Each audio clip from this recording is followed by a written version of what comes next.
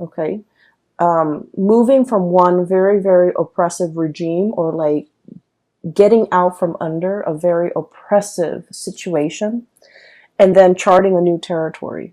And the reason why I say this is we have here the Hierophant. This is like a situation where somebody has to give a part of their harvest, a part of themselves, a part of whatever money they make, paying tribute to somebody who has that sense of entitlement. Like, you know, they're either ruling over you, and they're like, okay, you have to do it this way and only exactly this way. Or you have to, you know, on a monthly basis or on a yearly basis, pay your tribute to another person. And that was just the way things were. That was like the rule of the land, or that was like the law of the land. And no one dared to question it, okay?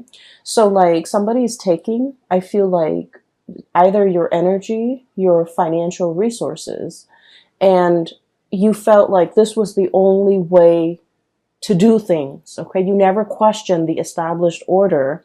The Hierophant is greatly about institutions, long-standing institutions that have been in place for a very, very long time. They're very rigid, very resistant to change. And because they've been around for so long, they might not be relevant in present time, but people don't question it because it's thought of as, you know, this is the way things are, and this is the way we've been doing them for hundreds and hundreds of years, and this is the way things are going to be. So no one dare to really question it, okay? But it creates, I feel, a very oppressive atmosphere, and it creates almost like an unfair sense of balance when it comes to I almost feel like the poor giving to the rich. And I almost feel like, you know, whoever's on top is exploiting the situation and exploiting the fact that others have to pay homage or have to pay tribute out of their own pockets in order to gratify somebody else on top. And so it creates a situation where things are very, very unbalanced. And if we're not talking about this in terms of, you know, financial resources, we're talking about energy. We're talking about, you know, spiritually, you're very drained, okay? This was a very oppressive system. Whoever is riding you, whoever is like ordering you around, or I also feel like whoever has been, I'm sensing, you're working under even. And then I'm also sensing as well family obligations, okay? I'm also sensing like expectations from people just because by virtue of being your family, they feel like they have the right to, you know, dip into your financial resources. So I definitely feel in a way you guys might have been subsidizing a situation that really drained you financially, emotionally, spiritually. You were not happy. You were not happy. And you were trying to find a way out, okay? How do I maintain this? So if we're looking at, this is the Four of Pentacles. If we're looking at it in the traditional Rider-Waite deck, it's the guy holding the pentacles, one on his head, two on the floor, and then two on his hands, right? He's grasping and trying to protect everything that is his. And he's looking at this mountain and he's like, I want to get on top of that mountain, but at the same time, I want to carry all of these resources with me. I want to carry all of these things that matter to me with me. How do I do that without, you know, how do I successfully do that? Because if you look at all that overgrowth, right, and if you're trekking through the forest trying to get to the mountaintop, you're going to need your hands and your feet to be free so that you can pull yourself up if you happen to fall, so that you can grasp at branches and trees to kind of like help you hoist yourself up to the top of the mountain. And you're not able to do that because you're holding on to earthly things. And I feel like this is a situation you've been pondering for quite some time. You know, I want to get on top of the mountain, and what is really holding me back? What is really preventing me from making that move? What is really, you know, stopping me from taking that first step? So you've been thinking about this for a long while, trying to trek to the mountain, but you're not really making any strides. And I feel like what's preventing you, or what's really hindering your path, was this. This is the Nine of Swords, okay? This is sleepless nights, getting nightmares, overthinking, overanalyzing situations. But I also think of this card as like constantly thinking about worst case scenario, dwelling on the negatives, and the negative thought patterns. A lot of the times they turn into self-fulfilling prophecy. Okay, so it's sort of like you're in your head thinking about, how do I successfully get on top of that mountain? And rather than thinking about and focusing on logically, step one, I need to do this. Step two, I need to do that. And step three, I need to, formulate some type of plan. And I feel like for many of you, this process, this is like a lot of thoughts, okay? Each sword stands for like a mental thought. And I feel like for many of you, you've been mired in this situation where your demons are getting the best of you. You're thinking about problems rather than separating. Each problem exists in its own little bubble. But rather than thinking, some of these problems are outside of my control, some of them are not, and the ones that are not outside of my control, I really should focus on that. I feel like you're conflating, or you're mixing and mixing all these problems together, and they become this really embedded, right? This sense of embeddedness, all stuck together, all causing you a lot of anxiety, all seem very, very daunting. It's like, how do I get to the top of the mountain when I'm only at the base? And so as soon as you feel inspired, you're like, I'm going to do it today. Something happens to hold you back. And a lot of it is these, self-limiting thoughts and beliefs and thought patterns.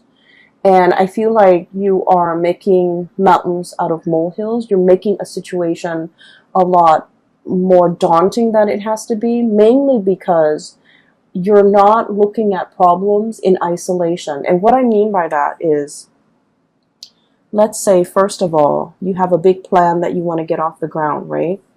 The first thing that people logically that we should do is think about how much overhead costs, or how much costs, is associated with this.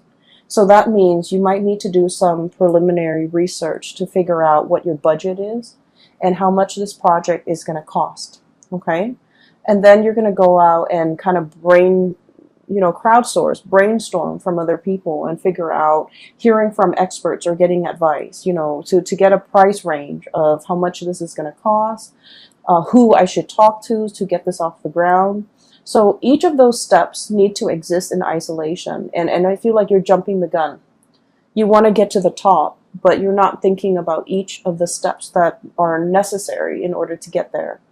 So I feel for some of you, there's a situation here that it seems like it's running ahead of you, and it's like the longer you wait, the further and further and further away it is from you. It's almost like you're losing your grasp. You can't really get it back. You can't really draw it back into your orbit because it's distancing itself. Okay. So I also feel like for some of you, this is a person, okay, who might be distancing themselves. And I also feel like there's a lot of guilt associated with the relationship between you and this person. For some of you, it could be a family relationship. For others, it could be like a love type of a relationship. And I feel like it's escaping your grasp. And I also feel there's a lot of guilt associated with it. Like, I should have done things differently. I should have told them how I felt. I should have, I should have given them the time of day, or I should have, done things just differently. I should have invested more time, more emotions into that. I should have let them know how I feel. I should have been upfront and honest with them. And I feel like, they're escaping your orbit. Okay. So I definitely feel like there's some guilt associated with it. Going back to your main storyline, what I do sense here is there is a huge, this is like impetus, this is drive, ambition. Okay, we have here the King of Wands, and this usually indicates somebody who's like in charge of their domain. He's scanning the horizon, looking out at the abundance that he has created for not only his empire, for himself, but for all the people that he rules. Okay, this is someone who's very, very responsible. The way I'm reading this energy is that you're in a great, powerful position of leadership. Okay. You care about the people that have been very loyal to you. You care about their well-being. And I feel like it's almost like ruling with a very benevolent hand. Okay. Understanding that I'm not going to exploit this power differential. If you do well, I do well, and our kingdom is going to do well. So understanding that even if others pay tribute to you, you can't exploit that relationship. You can't exploit the power differential to keep them oppressed. You have to kind of like take care of the people that are under you. And I feel like many of you, you're coming into a profound sense of it's like understanding how power needs to be controlled. There was a situation here where someone in a position of power was very tyrannical, controlling, and exploited that power of position. And we're shifting away from that into a new way of doing, like a paradigm shift, where someone in a position of power is very benevolent, okay? They can be hard if they want to because the King of Wands is very much authoritative, okay? But this person is also very paternal. They take care of people. They're very loyal to their subjects. And because of that, they garner a lot of respect and trust from their subjects. They're seen as someone who is not afraid to get their hands dirty if push comes to shove. And they're seen as someone who, you know, is constantly very vigilant, sees all, resolves problems, and really, really care about the well-being of other people. So I feel like you're understanding how power is to be used rather than abused. You're understanding as well that, you know, taking care of the people that matter to you or the people that have been very, very loyal to you, treasuring, valuing, and being available to those people means a lot more to you now. And what's on top of this card here is the Six of Pentacles. And the Six of Pentacles this is a major, major card about karma, okay? This is a situation where the poor is paying tribute to the rich to the point where they're financially, emotionally depleted, okay? Giving to a situation where you're no longer taking care of yourself. You're just going to work. You're just getting through life in order to have the resources to pay that tribute. And now we're coming into this sense of like total rebalancing of karma, the karmic scale. Things being done the right way, okay? This is like giving back to the community, giving back to others, giving to others who are less fortunate. And this is also, it comes with a paradigm shift where we're understanding the importance and the necessity of, you know, being a benevolent ruler. You can still rule with an iron fist, but you can still be loving and warm and gentle and benevolent. And you can also, you know, give back to the people, especially that really need it. For many of you, I'm seeing major career changes here. Some of you might be in that corporate environment and you're just like, no, this is too taxing, too stale. I'm already at the top and I don't like the vibe. I don't like the atmosphere. I don't like the environment where, it's like a social, you know, like the climbing that corporate ladder, getting yourself to the top. And once you've made it to the top and you have this bird's eye view and you're just like, this is not really jiving with me. This is not where I want to be. And this is not something that I want to do long term. And so I'm seeing a major career path, a major shift where you are possibly working more at the grassroots level and thinking about what you need to do long term and what you need to kind of, what you need ultimately to be happy.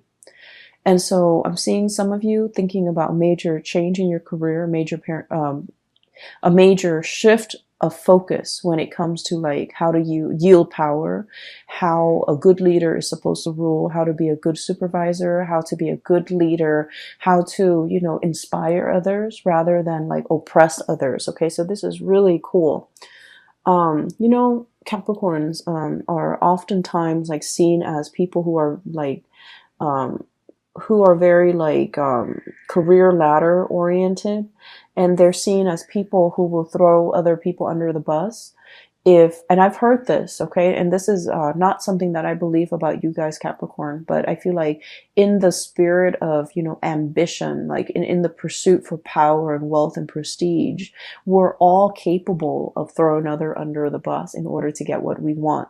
And I feel like, you know, being that goat on the crevices of mountains, and you know, you never falter. You jump from one small crevice to the next, and you always land on your feet, and you know how to do it well, and you know how to do it very, very stealthily and very, you know, successfully. But I feel like once you get to the top of the mountain, you're just like, oh, that's it, I'm already here, and you're looking for the next mountain to conquer.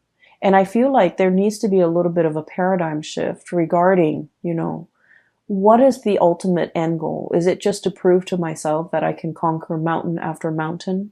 Or is it, you know, or should there be more of a humanitarian slant to the work that I'm doing, trying to help others, trying to, you know, once you're on top of that mountain, I feel like you're in the best position to tell other people what the view from that mountain looks like, okay?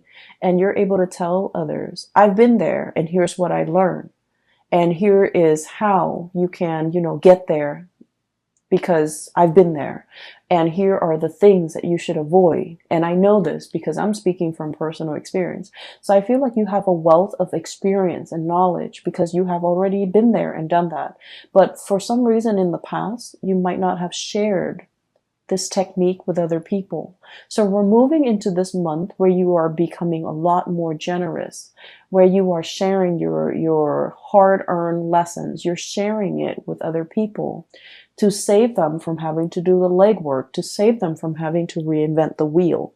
And I feel like in the past you might have shared it, but in a very Capricornian, you know, like a man of few words type of way. You should do it like this. But I feel like you have to soften that approach a little bit and tell others, hey, I'm telling you to do this because I've done it. Okay. I've been there. I've done everything that you have done and it didn't really work out. And here are the reasons why. And I've done it this other way and it worked out in half the time. And so framing it like that to allow others to understand that you're not just speaking from, you know, you're not just talking to talk. You're talking with skills and expertise and years of experience backing up everything that you say. And I feel like that's going to save somebody, you know, a lot of legwork. They don't have to reinvent the wheels. They can work off of what you're working off of, okay? I do feel for many of you, there is a situation here in your life, a very long-standing relationship that might have gone a little bit sour, okay? And we have a situation here where there was a vow, there was a promise, okay? And the promise was kind of like to death do us part. Okay. The promise was for partnership longevity. For some of you, this could be somebody that you have known for a really long time. They know your family. You've took them around to introduce them to your family. They've taken you around to introduce you to their family, vice versa.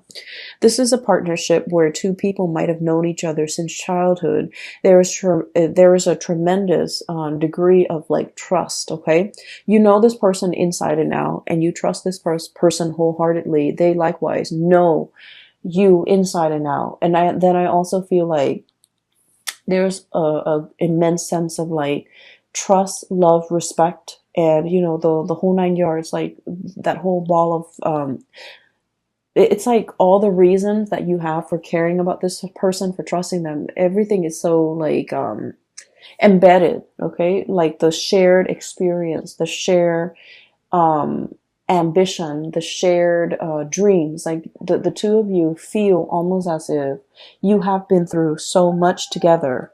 There might have been a recent breach in trust. There might have been a situation where I feel, Capricorn, somebody is either living with a lot of guilt. It could be you, it could be them, over something that was done. Okay. And I feel like it's sort of like, you know, there are so many reasons why the other person trusts you and you trust the other person. But at the same time, one unexpected move, one action that is done out of character can really make you or the other person distrust the future, the viability, and the continuity of this friendship, this business relationship, or this relationship. So I feel almost like there was something that was done in poor taste, in poor judgment, and it left like a bitter taste in somebody's mouth, okay? And things can never go back to the way they were. It's like everything that was said was said. You can't take back words. It's like, the water from the chalice, from the cups have been spilled. And the other person might be the one walking away, and they're just like, I don't want to fix it. It's already spilled. I'm not going to go downstream 2 miles away to refill those cups. I'm not going to trek up the mountain to the clearest spring to fill up those goblets, okay? So I feel like there was a situation where it can be fixed, but somebody, you or the other person, is like, I wash my hands of this. I'm not putting any more time in it, and I feel like it's leaving the other party very, very,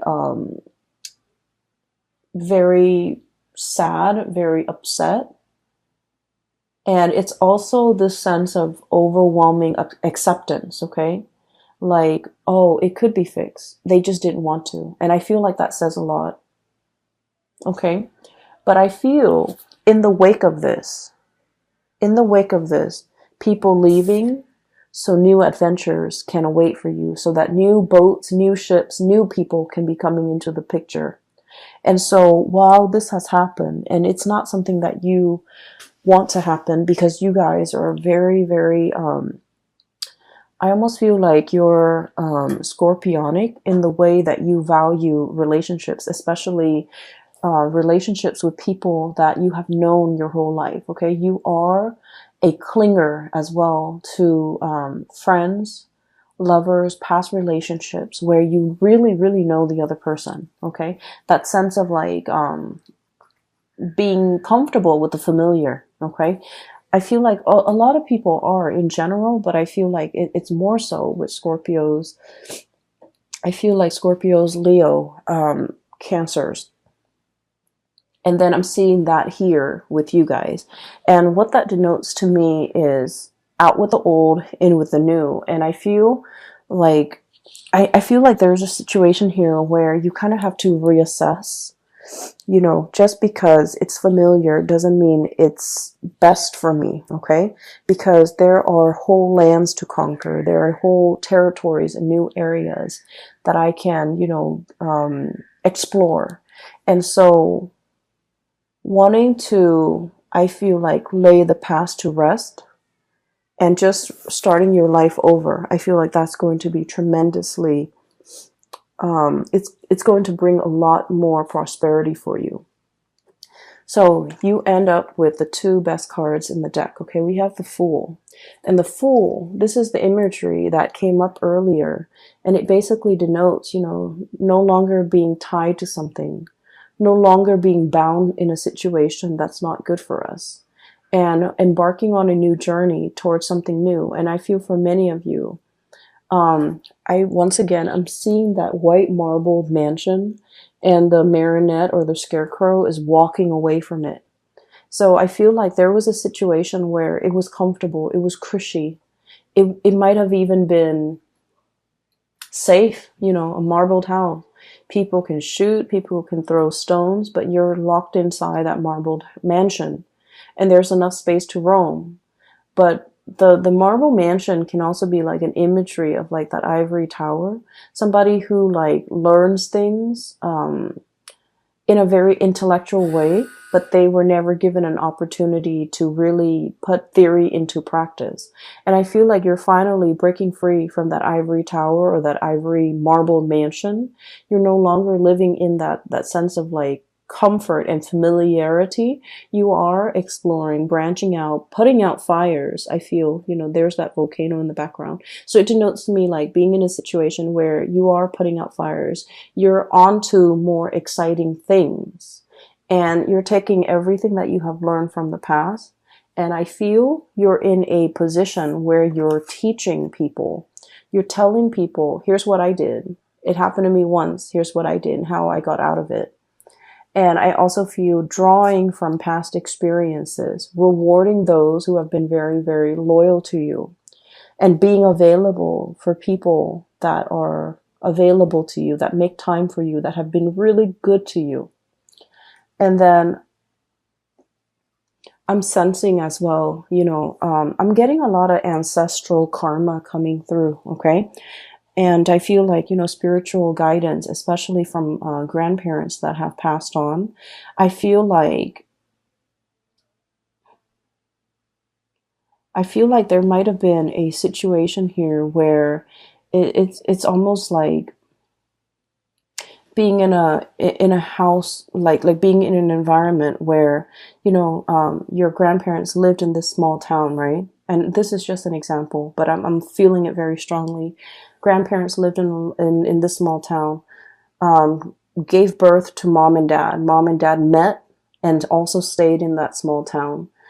You were born, you also stayed in that small town, and then you start to sense this, you feel this overwhelming sense of like, there isn't enough here for me. I'm a big fish in a small sea. I need to develop to the best of my capabilities, and there isn't enough here for me. And then I'm also sensing as well, if you're in that situation, you're in a very good place because now you have new energy, exploration, okay? Doing something different, not knowing the destination, but knowing that I'm leaving the past behind because it's not enough for me, okay? And then I'm also sensing for some of you being in a situation where you've had to help out parents, okay? It's almost like ancestral karma, right? And here's what I'm sensing. Oh, Capricorns. So here's what I'm sensing. It's like mom and dad might not have made the best choices. We all make choices based on what we're given, based on our environment, based on our education level, based on our own sense of awareness. So this is not to knock the decisions other people make. But I also feel like, they might have been in a situation where it was survival. Okay. So they did the minimum, the bare, like taking care of the bare necessities. And so growing up, you felt like you lacked that guidance. You lacked that mentorship. You lacked that, you lacked somebody holding your hand and telling you, hey, don't do that. You should do this instead because this is going to get you where you need to be. Okay. And I'm seeing, people like, whose parents were, for example, college educated, they can walk their children through the college process. So for example, you have to take the ACT, you have to take the SATs, you have to do that by your junior year so that by your senior year, you have to load up on all these college prep classes so that colleges will look more favorably upon you. And you have to do extracurricular activities. You should also enroll in, extracurricular activities outside of class. So like that guidance, I feel like some of you guys didn't have that. And by the sweat of your brows, the calluses on your fingers, you've had to go about it on your own. You didn't have the guidance. You didn't have the hand holding. And so you were in survival mode. You fought your way and you've had to do it on your own. And I feel like along the way, it's made you really strong, but I feel it might have made you a little bit callous, okay? Kind of like, oh, well, I did this, so everyone needs to be able to do it too, right? And so I'm sensing here, there's a sense of like a paradigm shift, okay? The people that have the privilege, either through parents, through proper guidance, or through the sweat of their brows, whoever makes it up first to the top of the mountain is obligated, no matter how they got there. Whoever makes it there first is obligated to give advice, give guidance to others. Here's how you do it, and here's what I did, and here's what I did that worked, here's what I did that failed, okay? So I feel like it doesn't matter how you got there. Whoever gets there first needs to kind of like pay it forward by giving other people, you know, like the lay of the land, pretty much telling people what they should do. So I'm sensing here a big spiritual karmic energy. It could be ancestral karma that needs to be broken. It could also be, you know, a paradigm shift where we're not doing what we did before. We're opting for a new path, a new way of doing. Because what we did before, it worked for us, but it also made us a little bit calloused. And we don't want that, okay? And then I'm also sensing we have this tremendous sense of like breath of fresh air, you know. His hair is blowing in the wind. He's a leader. There's a whole caravan of people following his lead because they trust him. And so you're thrust in this position where you're going to be exalted. You're in a position where people trust you. They value your, and you know, he's leading them. He's leading the whole, you know, Oregon Trail, whatever you call it. He's leading the whole exodus into this new land, right? But look at the way he's dressed. He's not like a king. He's not a ruler. He's not a tyrant. He's not like an emperor. He's dressed like the regular lay person. And there's a sense of humility associated with it, okay? It's like being one with the people in order for them to accept you. And, you know, this is not about proving anything to anybody. This is just like living a very, very humble life, knowing your roots, knowing where you come from, knowing the struggles of other people so that you can adequately lead them in the right direction. So I feel like there's a shepherd energy about you guys for this month of October.